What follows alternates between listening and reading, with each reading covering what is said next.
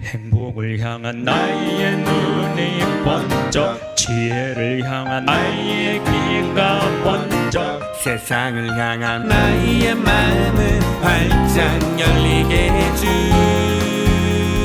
신부님의 토요특강. 참 예수님, 미국에 대한 이해 39강입니다. 지금 남북 전쟁에 대해서 우리가 지금 공부하고 있습니다. 미국에는 두 가지 전쟁이 있었죠. 영구로부터 독립전쟁 1776년이죠. 그 다음에 1860년에 가서는 링컨이 대통령에 당선되고 난 다음에 바로 남북전쟁을 일으킵니다. 이 미국을 이해하는 이 두 전쟁은 어마어마한 이해가 필요한 거예요. 왜냐하면은 영국으로부터 식민지로부터 이제 독립을 하면서 선언한 게 민주주의예요. 민주주의. 그러니까 모든 인간은 평등하다. 모든 인간은 평등하고 또 대통령도 우리가 뽑을 수 있다. 그래서 워싱턴이 초대 대통령이 되죠. 그래서 지금 전 세계가 대통령을 간선제도 있고 직접제도, 우리나라는 직접 제도죠. 미국은 간선 제도죠. 어쨌거나 하여튼 미국의 그 독립은 정말 어마어마한 사건이에요. 인류 문명 안에서 고대, 근대, 중세 했듯이 그거를 현대로 시작하는 어떤 기점이 됩니다. 미국의 독립 전쟁은. 그런데 이제 모든 인간은 평등하다고 그랬어요. 그랬는데 미국 안에 평등하지 않는 일이 남부 지역에는 노예가 너무너무 많았던 거예요. 북부는 산업화로 노예제를 거의 다 폐지를 했는데 남부가 인간 평등에 대한 인간을 소유물로 생각을 하는 그러한 정책을 펼쳤죠. 이건 필연적으로 남북전쟁은 미국의 남북전쟁이죠. 남부와 북부 전쟁은 일어날 수밖에 없는 그런 원초적인 배경이 있습니다. 자, 그렇다면 왜 천주교 신부인 제가 그 민주주의와 남북전쟁에 대해서 이렇게 열을 내고 말을 하느냐. 그 이유가 있어요. 왜냐하면 예수님의 복음은 평등이에요. 예수님의 가르침은 평등이에요. 평등. 모든 사람은 평등하다는 거예요. 그리고 서로 사랑하라고 그러고 서로 또 예수님이 주인은 종을 사랑하고 종을 주인을 사랑하라 이게 아니야. 그냥 love one another, 서로 사랑하여라. 다른 사람, 다른 사람을 무조건 사랑하라는 거죠. 그래서 어떻게 보면은 이 남북 전쟁은 예수님의 이 말씀의 완성이라고 얘기할 수도 있죠. 인류 역사 안에서 노예 제도를 보면 노예 제도란 선사시대 이후 인간이 다른 인간을, 똑같은 인간인데 다른 인간을 재산, 가축처럼 취급하는 것을 말하죠. 그렇게 재산, 가축처럼 취급되는 인간을 노예라고 하죠. 이 노예의 삶을 보면은 감히 이 주인한테 아니오라고 말할 수가 없어요. 이 종은 주인이 시키는 대로 해야 돼. 특별히 로마 시대의 노예들이라든지 우리나라도 마찬가지죠. 우리나라도 노예 시대가 있었죠. 노예는 똑같은 사람임에도 불구하고 자유와 권리를 빼앗기고 주인이라는 이름 아래 그런 주인을 행복을 추구할 권한도 없이 주인을 위해서만 살아가는 불쌍한 사람들인 거죠. 그게 인류 역사에 계속 있었던 거죠. 인간 역사에서 풍토, 관습, 전통이 달라도 사람이 사람을 소유하는 노예 제도는 세계 어디에서나 볼 수 있었던 일반적인 현상입니다. 근데 유럽에서는 천부적 인권 사상, 이거 우리 최영업 신부님이 썼던 표현이에요. 최영업 신부님이 1850년에 당신이 이 표현을 써요. 천부적 인권 사상. 정말 대단한 표현을 쓰죠. 인간은 누구나 행복을 추구할 권리가 있다. 이런 말씀을 하시는데 이게 1800년 계몽주의, 유럽에서 막 일어난 계몽주의에서 나온 사상이죠. 근데 사실은 유럽은 기독교 문화라고 그러잖아요.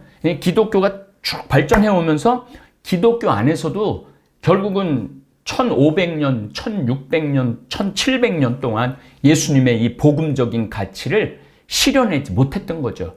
지금이 제가 때야르드 샤르댕 신부님 얘기도 말씀드리지만은 지금이 어떻게 보면은 가장 예수님 보시기 좋은 세상이에요.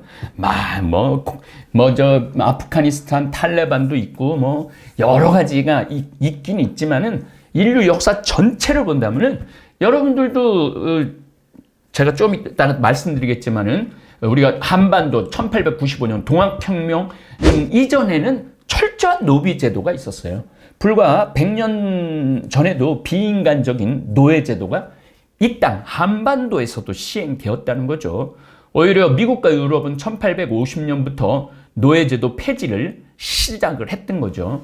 지금 대한민국에 사는 대부분의 우리 국민들 자유민주주의 시대에 태어난 것에 대해서 감사드려야 돼요.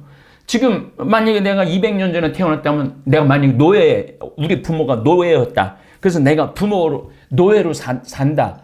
그럼 제가 감히 이런 일을 할 수 있겠습니까? 그래서 이 참다운 자유를 누릴 줄 아는 지혜가 필요해요.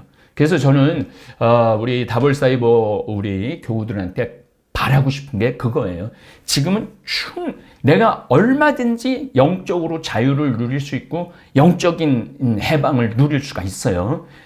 주인에 가려갖고 노비가 돼갖고 정말 사람 같지도 않게 살 수 있는 시대에 태어나지 않고 이렇게 좋은 시대에 태어났으니까 우리 다볼사이버 교우들이 우리 다볼사이버 성당 안에서 참으로 자유로운 어떤 나눔 그리고 정말 평등한 입장에서 서로를 존중해주는 모습, 그런 모습을 보면서 제가 굉장히 행복하게 생각을 합니다. 저 역시 비록 신부지만은 저도 여러분들을 섬기는 마음으로 사는 거지 여러분들을 다스리는 사람으로 사는 건 절대 아닙니다. 노예제도는 청동기 시대부터 시작됩니다. 자, 이제 다볼사이버 교우들은 제 성서 강의를 통해서도 많이 느꼈겠지만은 신석기 말부터 노예제도는 생깁니다. 무슨 얘기냐면은 막 이제 농업혁명이 막 일어나는 거죠. 농업혁명이 일어나면서 농사를 짓기 시작하면서 잉여 생산물이 많이 생기는 거예요. 그러니까 1000명인데 먹을 게 2000명께 생산이 되는 거예요. 1000명 중에. 그러면은 1000명은 아무 일도 할 수 있는 게 아니잖아요. 그 사람이 이 저장도 하고 빌려주기도 하고 뭐 이러면서 이제 빚도 못 갚고 이러면서 자꾸 그 종이 되고 또 이제 청동기 시대에 들어서서 부족간 전쟁을 해갖고 뺏어오면서 힘이 세니까 사람마저도 이제 데리고 와갖고 노예로 쓴 거죠. 그래서 청동기 시대부터 우리 성서에는 족장 시대로 표현하고 한반도에서는 군장 시대라고 표현을 합니다. 한반도에 4만여 개의 고인돌을 세계의 고인돌이 한 10만 기가 있는데 한반도에 4만 기가 있어요. 한반도에. 그러니까 전 세계의 반이 우리나라에 있는 거예요. 이렇게 분석한 결과 저도 고인돌 투어를 많이 다녔어요. 왜냐하면 굉장히 중요하거든요. 그 순창, 고흥 이런 데 가보면요. 고인돌이 500톤 정도 되는 게 있어요. 어마어마하게 큰 거죠. 그럼 그 500톤 되는 고인돌을 옮기려고 그러면은 적어도 사람이 500에서 1000명 정도는 있어야 된다는 거죠. 그런 한 사람이 1톤씩 옮긴다 그러면은 500명 있어야 되잖아요. 근데 그걸 막 올리고 내리고 그래야 되니까 그러니까 보통 1000명, 고흥에 많으면 한 3만 명까지 그 터를 청동기 시대 터를 발견하는데 이 순장을 해. 그러니까 노비들은 같이 죽여버리는 거예요. 그 족장이 죽으면은 그런 고인돌에서도 노예 제도를 우리가 발견할 수 있습니다. 유럽이 지리적 확장을 시작한 이후 신대륙에서 대단히 농장을 어마어마하게 크게 하는 거. 이걸 플랜테이션이라고 그래요. 노동에 사용하기 위해 아프리카에서 대규모의 흑인 노예를 잡아오는 거죠.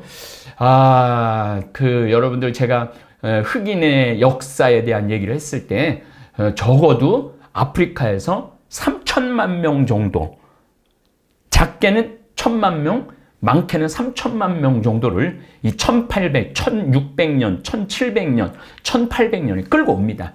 그러니까 남부가 이 남북 전쟁이 일어났을 때 남부가 인구가 900만 명, 북부가 인구가 1100만 명.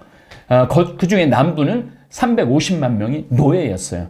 그러니까 이게 참 유럽 사람들이 미국 사람들도 마찬가지고 영국 사람들도 마찬가지고 원죄가 있는 거죠. 어쨌거나 하여튼 아프리카에서 흑인을 노예로 데려오면서 노예 제도에 아주 아주 극단적인 피해, 인류 문명에서 절정에 도달하죠. 제 나이 또래쯤 되시는 분들은 뿌리라는 영화를 드라마 시리즈가 생각날 거예요. 그리고 이제 가끔 여러분들 이제 미국 영화를 볼 때 서부 개척 시대 영화를 볼 때나 또 남북 전쟁 요 전후를 볼 때 그 흑인들을 얼마나 괴롭혔는지. 그러니까 흑인들이 오죽하면 배에서 뛰어내려갖고 죽으려고 그랬겠어요. 가면은 비인간적인 대우를 당했으니까. 유럽, 아프리카, 신대륙 사이에 노예 무역을 축으로 발달한 삼강 무역은 장기간에 걸쳐서 막대한 이익을 가져왔지만은 18세기 말부터 영국을 시작으로 유럽에서는 노예제보다는 본국의 식민지를 거느리는 체제를 구축하면서 노예 제도를 반대하는 움직임이 일어나는 거죠. 미국에서는 상황이 달라서 노예 제도가 남아있는 남부의 주요 생산품인 목화가 이 산업혁명과 맞물려 폭발적인 수요가 증대되자 노예제 대농장제가 수요가 급증하고 더 많은 노예를 필요하게 됐죠. 그래서 이런 노예의 그런 근본적인 원죄가 있어요. 미국의 노예제도에 대한 것을 좀 더 들여다보겠습니다. 대농장제도의 발전은 미 대륙의 남부 지역이 더욱 침체되는 상황을 불러옵니다. 북부는 조선업이라든지 기차도 만들고 그러니까 산업혁명의 그 영향을 미국은 다 갖고 오죠. 그것도 이제 제가 말씀드릴 거예요. 에디슨이라든지 이런 사람들 얘기를 하면서 록펠러라든지 앞으로 할 얘기가 너무너무 많죠. 미국은 진짜 할 얘기가 많은 나라입니다. 노예제도를 유지하기 위해서 남부의 폐쇄적이고 공격적인 분위기는 이민자에게 적대적 결과를 갖고 오고 미국의 이민 온 백인의 70-80%는 북부에 정착을 해요. 남부의 2배에 가까운 백인이 몰리게 되자 남부의 폐쇄성과 노예제도는 더욱 강해집니다. 이게 무슨 얘기냐 하면은 노예를 다스려야 되잖아요. 노예를 다스리니까 굉장히 폭력적이야, 남부는. 그리고 굉장히 폐쇄적이에요. 얘네들 못 도망가게. 그게 이제 남부가 점점 찌그러지게 된 원인이 된 거죠. 말씀드렸지만 남북전쟁 당시 북부는 1,100만 명의 인구가 살았고 남부는 900만 명이 살았습니다. 우리 조선 시대에 인구 요때를 보면은 500만 명에서 우리도 1,000만 명이라고 볼 수 있죠. 우리도 어마어마하게 많았죠, 인구가, 조선이. 근데 미국은 이제 폭발적으로 이민자를 받아들이면서 또 땅이 워낙 넓으니까 점점 해갖고 지금은 3억 4천만 명이나 늘어난 거죠. 그러니까 미국이 얼마나 2천만 명에서 3억 4천만 명으로 늘어났으니까 어마어마한 숫자가 늘어난 거죠. 요때 청나라는 거의 1억 명이 넘었다고 그러잖아요. 1억 한 5천 명, 2천만 명. 그러니까 전 세계에서 1800년대 가장 강력한 나라는 청나라였어요. 청나라. 1840년 영국하고 아편 전쟁을 하면서 청나라가 쭈그러들기 시작한 거죠. 그래서 결국은 청나라는 일본한테도 먹히고 이 영국한테도 먹히고 프랑스한테도 먹히고 그런 정말로 1800년 요동, 그러니까 그냥 회오리 치는 시대를 여러분들은 지금 공부하고 있는 거죠. 남부는 그나마 900만 명이 되는데 350만 명이나 노예가 있었습니다. 사실 남북전쟁을 시작하기도 전에 북부의 승리가 결정되었다고 봐도 무방합니다. 남부 중에서도 카리브 연안 지역에는 노예 제도가 어마어마하게 많았어요. 뭐 페루라든지 이런데 카리브 연안에는 전부 노예, 지금 하이티도 마찬가지죠. 전부 다 노예를 끌고 와갖고 만든 나라들이죠. 어쨌든 카리브 연안 지역에서는 노예제가 증가하는 데 반해 북부에서는 노예 제도가 사라진 것도 남부의 지역주의, 폐쇄성을 더욱더 심화시키는 거죠. 1850년 이후 남부와 북부의 경계지역이 있어요. 남부와 북부하고 맞닿는 지역을 경계주라고 그럽니다. 경계지역에서는 대부분의 흑인 노예들이 매각되거나 해방되어 사라져가고 있었어요. 그리고 경계주에 있었기 때문에 조금만 올라가면은, 북쪽으로 올라가면은 자유를 누릴 수 있었으니까. 왜냐하면 북부는 흑인을 자유인으로 대해줬죠. 해방된 흑인이나 유럽에서 유입된 이민자들이 많이 증가하면서 남부인들은 남부의 특색이 사라져가고 있다고 긴장감이 발생합니다. 바람과 함께 사라지다라는 영화를 보시면은 그 아주 좋을 그 긴장감을 충분히 느끼실 수 있을 거예요.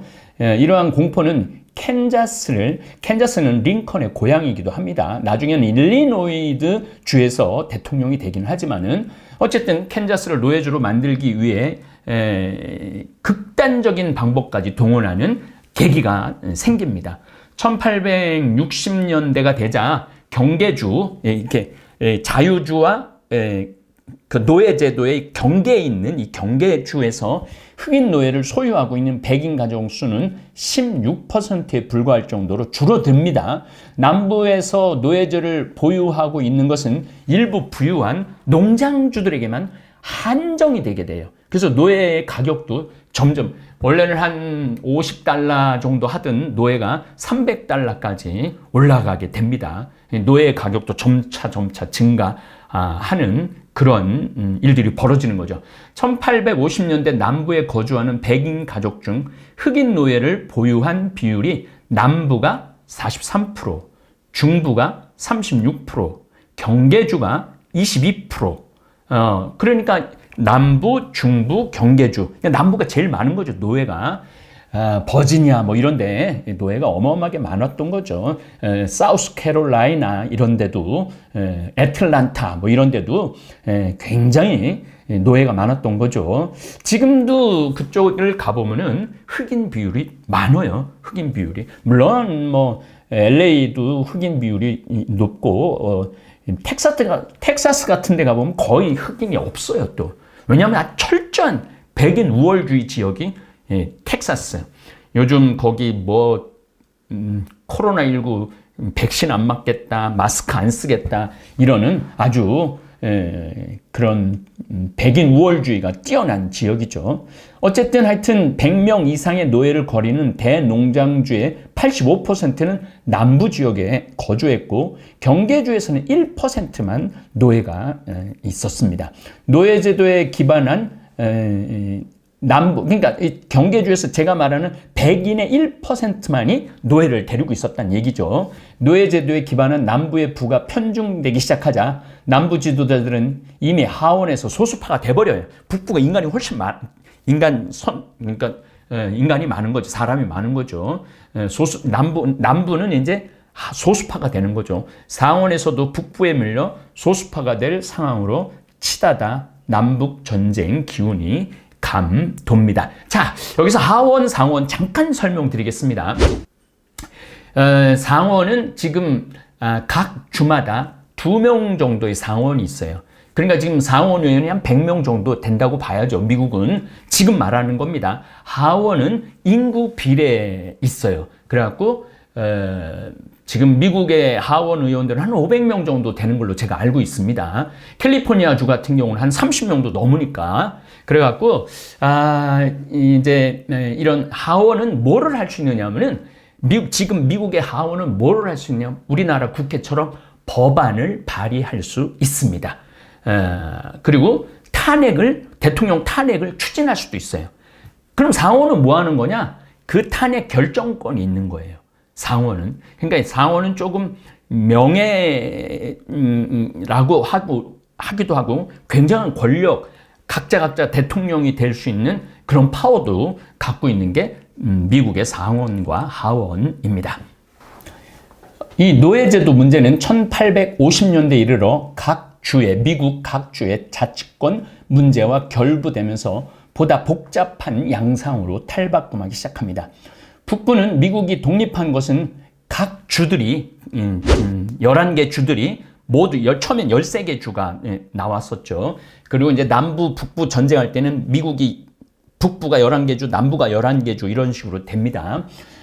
북부는 미국이 독립한 것을 각 주들이 모두 협력한 것이기 때문에 국민 전체의 동의가 있어야만 연방을 해체할 수 있고 그렇지 않다면 탈퇴 선언은 무효하다고 봅니다. 그러니까 남부가 나는 이제 싫어. 텍사스가 나 싫어.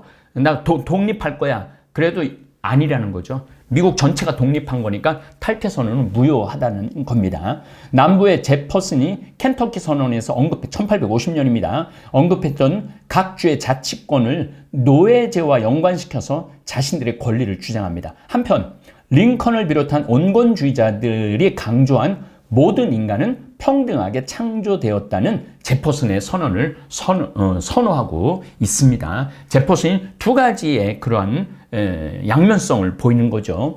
미국은 노예제도와 주정부 자치권 문제는 원죄로 남습니다. 이건 아주 중요한 겁니다. 미국은 노예제도와 주정부 자치권 문제는 원죄로 남아있어요. 아직도 미국은 남북 전쟁이 끝났지만 인종차별로 플로이드 작년에 나는 숨을 쉴 수 없다. 그렇게 백인이 그냥 들어놓고 막 경찰들이 총으로 쏴 죽이고 또 막 이 데모를 하고 유혈 사태가 일어나고 그러니까 남북 전쟁은 아직도 끝나지 않았다고 저는 봅니다. 미국은 인종차별로 골머리를 앓고 있고 주정부 자치권으로 간혹 중앙정부와 갈등이 많이 일어나요. 코로나19 바이러스 사태에도 분명하게 드러납니다. 남부의 주들은 지금도 남부의 주들은 백신을 거부하고 심지어 마스크 착용을 금지하는 주도 있습니다. 결국 코로나19 바이러스 싸움에서도 대한민국과 겨루어 승리할 수 없는 정치 구조를 가지고 있습니다. 미국이 지금 올바른 민주주의를 실현하고 있느냐? 한국이 올바른 민주주의를 실현하고 있느냐? 저는 한국이 아주 바람직한 민주주의를 실현하고 있다고 생각을 해요. 왜냐하면 미국은 지금 3억 한 4천만 명이 되는데 코로나에 4천만 명이 확진이 됐어요. 우리나라는 25만 명이 확진이 됐어요. 그러니까 주 정부 말을 안 듣는 거지 트럼프조차도 말 안 듣고 오죽하면 트럼프 지지하는 사람들이 국회의사당을 점유를 하고 거기 의장 자리에 앉아갖고 난리를 치고 들어가서 총을 쏘고 그러겠어요. 지금 또 바이든이 대통령이 됐지만은 바이든은 아주 강력하게 백신을 주장하고 마스크 쓸 것을 요구하고 있는데 50개 주가 주 정부하고 각 주하고 달라? 나는 주지사가 나는 싫어. 우리는 그런 거 안 할래. 그럼 중앙정부 말을 안 듣는 거예요. 그러니까 이게 컨트롤이 안 되는 거죠.